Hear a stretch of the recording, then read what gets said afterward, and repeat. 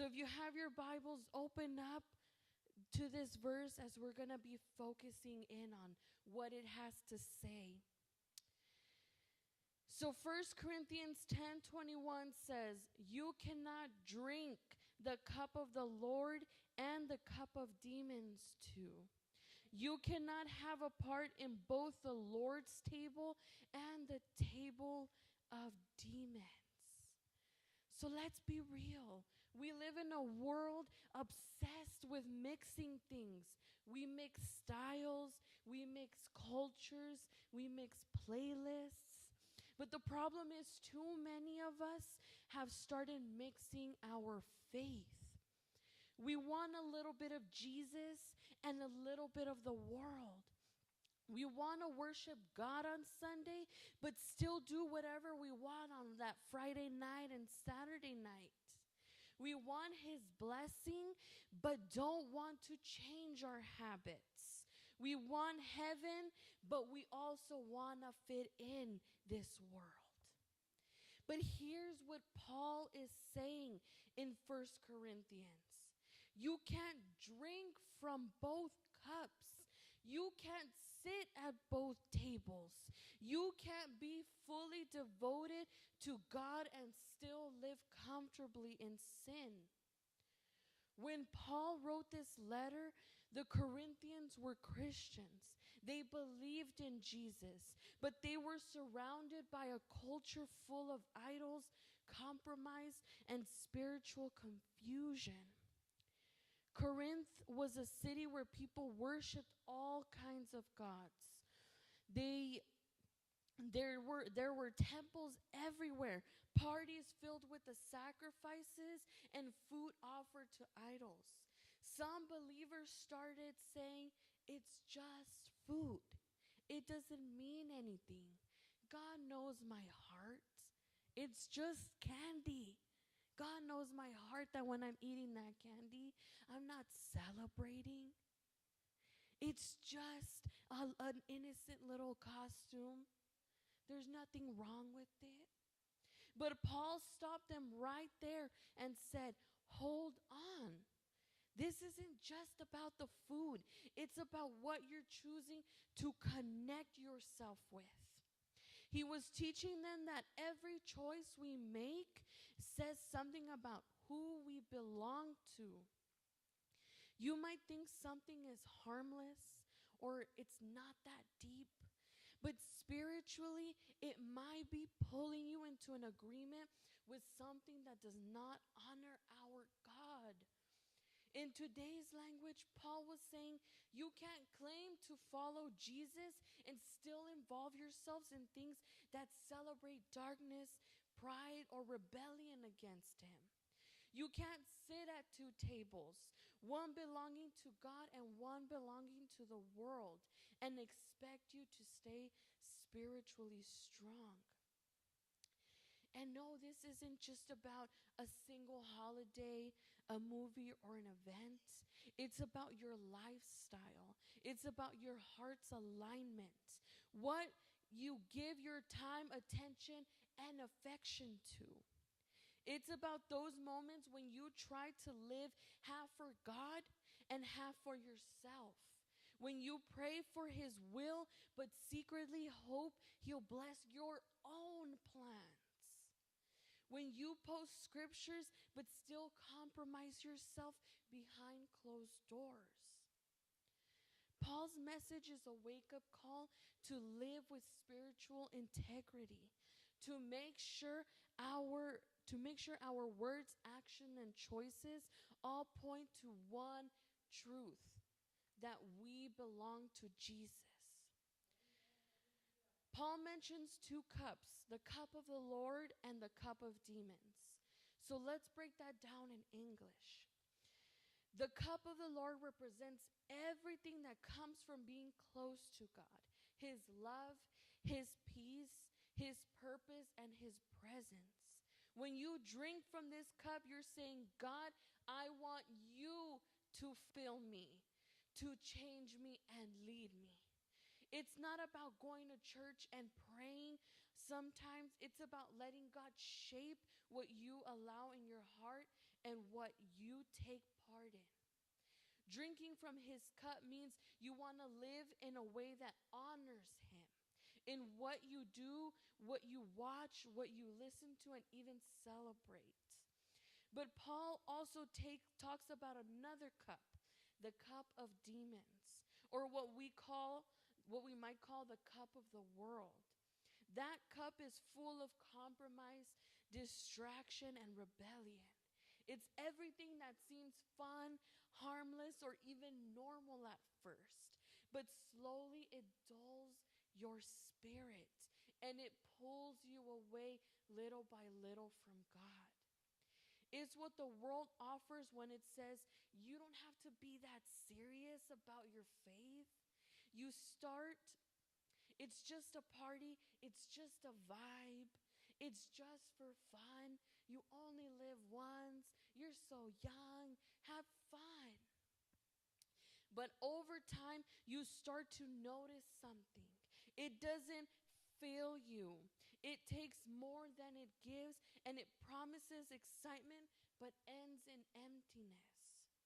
That's exactly why we choose not to celebrate things like Halloween. It's not because we're trying to be religious or boring.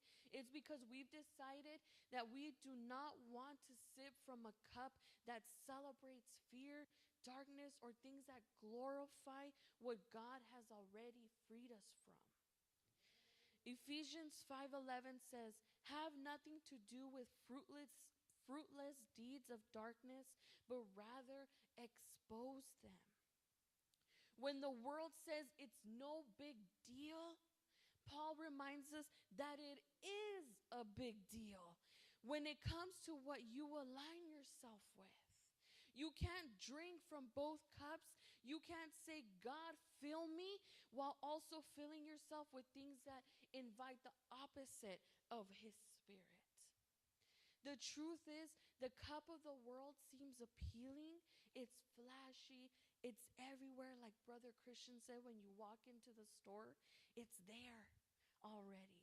It promises fun, acceptance, and belonging, but it never satisfies. It always leaves you wanting for more and more, yet feeling emptier inside. The cup of the Lord, though, it may not always seem exciting to the world, but it brings real peace, lasting joy, and strength that doesn't fade when the party is over. So when we say we're not celebrating Halloween, what we're really saying is I choose the cup of the Lord. I choose light over darkness. I choose to fill myself with what gives life, not what drains it. But let me be clear, this message isn't about being perfect. It's about being set apart from the world. See, perfection is about never messing up, but being set apart is about who you belong to. It's not about living under pressure. It's about living with purpose. It's not saying, "I can't do this. I can't do that. My parents said I can't. I have always been taught I can't." It's just a bunch of lists of restrictions. But it's saying, "I love God too much to compromise myself." When you truly love someone, your choices start to reflect that love. You don't look for loopholes. Well, if I just don't look at the candy wrapper and just eat the chocolate, it'll be fine. Or if I wait till after Halloween, I can eat it. You look for ways to honor them. You don't ask, "How far can I go before I sin? How far can I go before it's sin?" You start asking, "How close can I get to Jesus?" That's what holiness really is. Not legalism, but loyalty. Not rules, but relationship. It's saying, "God, I want to please you with what I watch, with what I post, how I talk, and who I hang out with." Not because I'm scared of punishment, but because I'm full of love. Romans 12:2 says, "Do not conform to the pattern of this world, but be transformed by the renewing of your mind." Real love transforms what you desire. When your heart belongs to God, the things the world start to lose their flavor. You stop drinking from both cups, trying to mix a little with Jesus, a little with compromise, because you realize the world's cup leaves you empty, but God's cup overflows with everything good. If you want to know which cup you've been drinking from lately, just check your fruits. What's been showing up in your life? Are you feeling at peace, or are you feeling stressed? Are you feeling joy, or are you feeling emptiness? Are you feeling confident, or are you feeling confusion? Whatever cup you've been drinking from is what's been filling you. And here's the truth: you can't pour out what you don't carry. If you've been sipping from the world, you'll pour out anxiety, drama, and distraction. But if you've been drinking from God's presence, you'll pour out love, strength, and peace that changes the atmosphere. Some of you keep trying to add God into a life that's already overflowing, not with his presence, but with noise. The noise that keeps you up at night. Your schedule is packed, your mind is cluttered, and your heart is heavy. You keep asking God to show up, but he's been standing at the door of a room too crowded for him to enter. And then you wonder why you can't feel his presence. It's not that God isn't pouring, it's that your cup is already full. Full of everything except that what truly satisfies. Before God can fill you, he needs you to make room for him. You've got to be willing to let go, to release the things that clutter your heart and steal your focus. Because sometimes it's not the enemy blocking your breakthrough. It's your own attachment to what God's been asking you to lay down at his feet. So let him empty you. Empty the bitterness, the distractions, the need to control everything.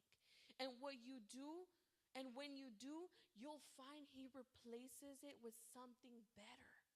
Peace for your chaos, clarity for your confusion, and strength for your weakness. When you finally make room for him, you'll realize he never left. You just had to clear the space for his presence to fill it. So what does drinking from God's cup actually look like? Not just on Sundays, but every day of the week. It means replacing your worry with worship. The battle for your faith often begins in your mind before it ever shows up in your actions.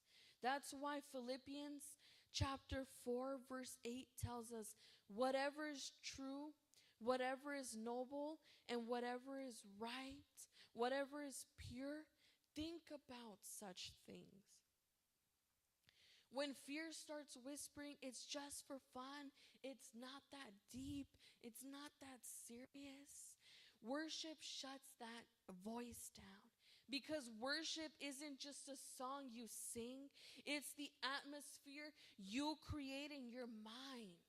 It's where you decide who gets your attention. You don't need to play with the darkness to feel alive. You don't need jump scares or fake horror to feel something real. The world may call fear entertainment, but God calls peace your inheritance.